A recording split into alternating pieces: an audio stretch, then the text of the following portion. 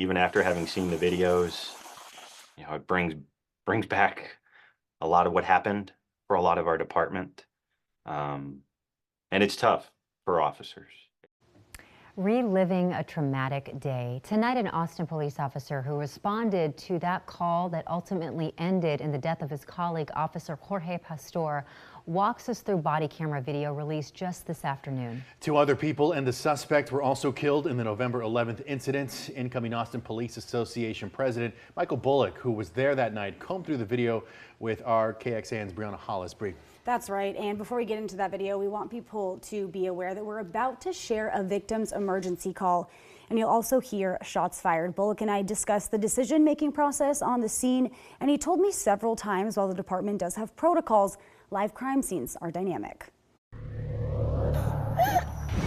Please send someone there right away. I don't know what's going to happen to them. The video APD released starts with an officer finding someone injured when they first arrived on Bernoulli Drive. What is the process like when it comes to, triaging how to help this victim versus everything else that's going on? A lot of stuff that goes into all of this, and they're trying to take in a whole bunch of information, but when you see someone is up and talking and walking and other units are coming behind you, it's where you have to think through, this person is going to be cared for. We know where they are. We know there's not anyone around them that's actively trying to hurt them. Hey, give a little distance unless we're going to kick the door. For the officers that initially arrive, they're the ones who have to make that decision, right? There's no ultimate kind of command decision that forces an officer to go in there. It's the officer's own sense of duty and them knowing what their job is in order to go save someone's life. That's what drives them in. All right, I'm going to force entry and get out of the way, okay? All right.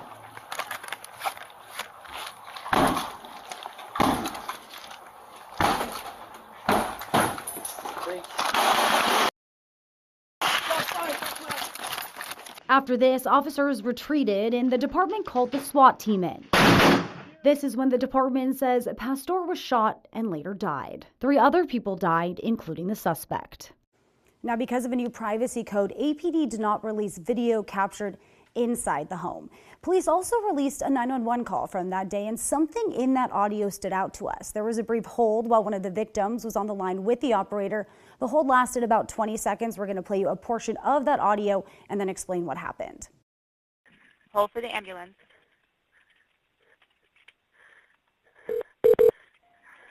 You have reached Austin Travis. Don't hang up. Okay. Do not hang up. Please hold for the next available call taker.